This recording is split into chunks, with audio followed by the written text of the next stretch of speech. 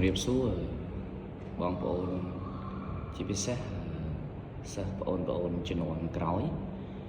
ខ្ញុំបាទឈ្មោះប៊ុនលីខ្ញុំមានចំណេះដឹងតិចតួចក្នុងការចែករំលែកអ្វីដែលខ្ញុំបានសិក្សារៀនសូត្រអំឡុងឆ្នាំ2009 2010ដែលខ្ញុំបានមក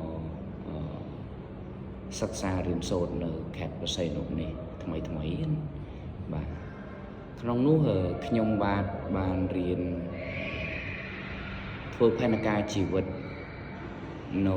5ចំណុចសំខាន់ទី1 5ចំណុចដែលខ្ញុំបានរៀននោះគឺពីលោកគ្រូឈុំសីហាដែលមកដល់ពេលនេះខ្ញុំអត់ដែលភ្លេចគាត់ទេខ្ញុំនៅតែរងស្គាល់មានន័យថានៅតែចងចាំឈ្មោះរបស់គាត់ពីព្រោះថាអ្វីដែលខ្ញុំមកដល់បច្ចុប្បន្នគឺជាការរួមចំណែកមួយពីខាងគាត់ដែលជាមនុស្សមិនធ្លាប់ស្គាល់គ្នាពីមុនហើយខ្ញុំក៏មិនដែលស្គាល់ថាគាត់ជានរណាអីដែរពេលនោះខ្ញុំចាំបានថាគាត់បានមកធ្វើសិក្ខាសាលាមួយដែលសិក្ខាសាលានោះជាក់ស្ដែងគឺធ្វើនៅសាកលវិទ្យាល័យដែលខ្ញុំបានរៀនបាទហ្នឹងហើយអញ្ចឹង5ចំណុចដែលគាត់បានចែករំលែកទៅកាន់សិក្ខាកាមឬក៏សិស្សនៅពេលនោះខ្ញុំចងចាំជានិច្ចហើយធ្វើសម្រាប់ផែនការជីវិតខ្លួនឯង5ចំណុចនោះគឺមានការអប់រំ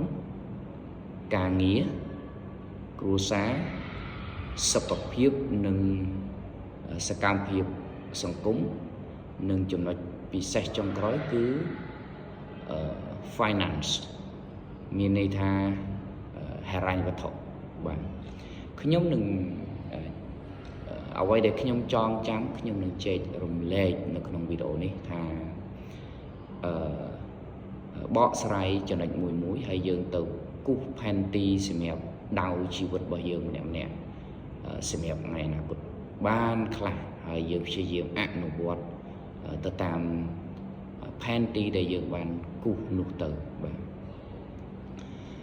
ក្នុងនោះជាក់ស្ដែង5ចំណុចសំខាន់ខាងលើយើងចាប់រាប់ពីឆ្នាំ2025នេះទៅចុះ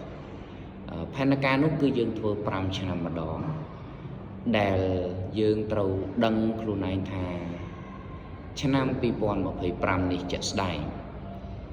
ការអប់រំរបស់យើងកំពុងតែរៀនឆ្នាំទីប្រមាណឬក៏ថ្នាក់ទីប្រមាណអាចនិយាយបានថាយើងកំពុងតែរៀនឆ្នាំទី1ឬក៏ឆ្នាំទី2បាទអញ្ចឹងការអប់រំយើងត្រូវដឹងថាយើងសិក្សាសាកលវិទ្យាល័យឆ្នាំទី1ផ្នែកណាមួយទៅចោះអញ្ចឹងឆ្នាំ2026យើងនឹងដឹងផែនការខ្លួនយើងថាយើងនឹងបញ្ចប់ឆ្នាំទី1នៅឆ្នាំ2025ហើយចូលឆ្នាំទី2នៅឆ្នាំ2026ក្នុងវិការអប់រំការទទួលបានចំណេះដឹងអប់រំ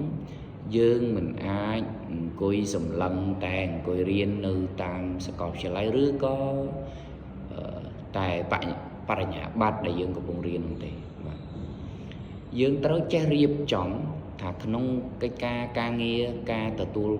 ការអប់រំនេះយើងចង់ចេះចង់ដឹងចង់យល់ចង់ស្គាល់ចង់មានជំនាញអីបន្ថែមពីនឹងទៀតខ្ញុំឧទាហរណ៍ថាយើងរៀនបរិញ្ញាបត្រអក្សរសាស្ត្រអង់គ្លេសបើយើងចេះតែអង់គ្លេសមួយមុខយើងទៅធ្វើការអីក៏អត់បានដែរបាទអត់បានដែរកុំថាឡើយយើងចេះអង់គ្លេសខ្លាំងប៉ុណ្ណាដែលយើងមិនចេះ computer ឬក៏ technology យើងអត់ទទួលបានទេអញ្ចឹងត្រូវដាក់ផែនការថាឆ្នាំ2025អ្វីត្បិតតែយើងកំពុងតែឆ្នាំទី1មែនក៏ប៉ុន្តែយើងនឹងរៀនបន្ថែមអាចបើសិនជាយើងមិនសូវមានលទ្ធភាពយើងសិក្សាស្វែងយល់មើលនិងអានឲ្យបានច្រើនទៅលើចំណេះដឹងបច្ចេកវិទ្យាបន្ថែម អាចសាកល្បងទិញកុំព្យូទ័រមួយទឹកឬក៏ធូរថ្លៃណាមួយដើម្បីយើងរៀនប្រើប្រាស់ក៏ថាបានដែរអញ្ចឹងអ្វីត្បិតតែយើងអត់លុយដើម្បីរៀន short course ខាងក្រៅក៏ប៉ុន្តែជាក់ស្ដែងយើងអាចសិក្សាដោយស្វ័យសិក្សាដោយខ្លួនឯងបានបន្ថែមយើងអាចរៀនពីបច្ចេកវិទ្យាយើងអាចរៀនធ្វើ slide យើងអាចរៀនវាយកុំព្យូទ័រឲ្យស្ទាត់យើងអាចរៀនកិច្ចការរដ្ឋបាលយើងអាចទៅទិញសៀវភៅពីបណ្ដាគារឬក៏ស្រាវជ្រាវនៅលើអ៊ីនធឺណិតដើម្បីយើងមកយល់អំពីកិច្ចការរដ្ឋបាលបន្ថែមក៏ថាក៏អាចទៅរួចដែរបាទកុំសម្លឹងថាលុះត្រាតែមានលុយទៅរៀនខាងក្រៅទៅយើងទទួលបានចំណេះដឹងទាំងអស់នោះអត់ទេយើងអាចទទួលបានចំណេះដឹងនឹងដោយបានដោយខ្លួនឯងដោយធ្វើការស្វ័យសិក្សាអាចរៀន develop website អាចរៀនកាត់តវីដេអូអាចរៀន design ទៅលើ application ផ្សេងមានន័យថាយើងបានកំណត់គោលដៅថាឆ្នាំ2025យើងទទួលបានចំណេះដឹងអីបន្ថែមក្រៅពីយើងរៀនបញ្ញាបត្រអក្សរសាស្ត្រអង់គ្លេសឬក៏យើងអាចរៀនភាសាចិនបន្ថែមឬក៏ភាសាណាមួយទៀតដែលយើងចូលចិត្តហ្នឹងហើយអាហ្នឹងគឺស្ថិតនៅក្នុងអប់រំបាទអញ្ចឹងក្នុងអប់រំមួយយើងត្រូវត្រេ1 2 3 4ថាឆ្នាំណាយើងបានទទួលបានអីឆ្នាំណាបញ្ចប់អីអញ្ចឹងយើងដឹងហើយ5ឆ្នាំគឺមានន័យថារហូតទៅដល់ឆ្នាំ2029អញ្ចឹង2029ប្រកាសណាស់ថាយើងនឹងចប់បញ្ញាបត្រហើយអញ្ចឹងយើងចប់បញ្ញាបត្រថាយើងមានផែនការរៀនបន្តទៀតទេរៀន Master ទេបាទបើមានផែនការតើយើងរៀន Master ជំនាញអ្វីហ្នឹងហើយជំនាញអ្វីអញ្ចឹងនៅពេលដែលយើងគូសវាសតែមួយសន្លឹកសៀវភៅនោះទេយើងនឹងដឹងទិសដៅដែលយើងកំពុងតែដើរមានន័យថាយើងមានផែនការសម្រាប់ជីវិតរបស់យើងក្នុងកិច្ចការអប់រំនោះហើយបាទក្នុងកិច្ចការអប់រំនោះយើងទទួលបានវាខ្ញុំគិតថាខ្ញុំបញ្យល់ប៉ុណ្ណេះខ្ញុំចែករំលែកប៉ុណ្ណេះគឺអ្នកទាំងអស់គ្នាដែលបានចូលមើលវីដេអូនេះនឹងដឹងនឹងយល់បានខ្លះហើយបាទអញ្ចឹង year 2025 what we do and then you need to set year 2035ឆ្នាំ2035មានន័យថាអំឡុងពេល10ឆ្នាំក្រោយតែយើងនឹងបន្តថ្នាក់សិក្សារបស់យើងនឹងដល់កម្រិតណាឈប់ត្រឹមបញ្ញាបត្រឬក៏ឈប់ត្រឹមអនុបណ្ឌិតឬក៏បន្តការសិក្សាទៅដល់ថ្នាក់បណ្ឌិតតែបើបន្តការសិក្សាទៅដល់ថ្នាក់បណ្ឌិតតែយើងចង់រៀនសាលាណាយើងចង់រៀនជំនាញអ្វីហើយយើងចង់ទទួលបានវានៅឆ្នាំណាបាទអានោះគឺជាការកំណត់ការ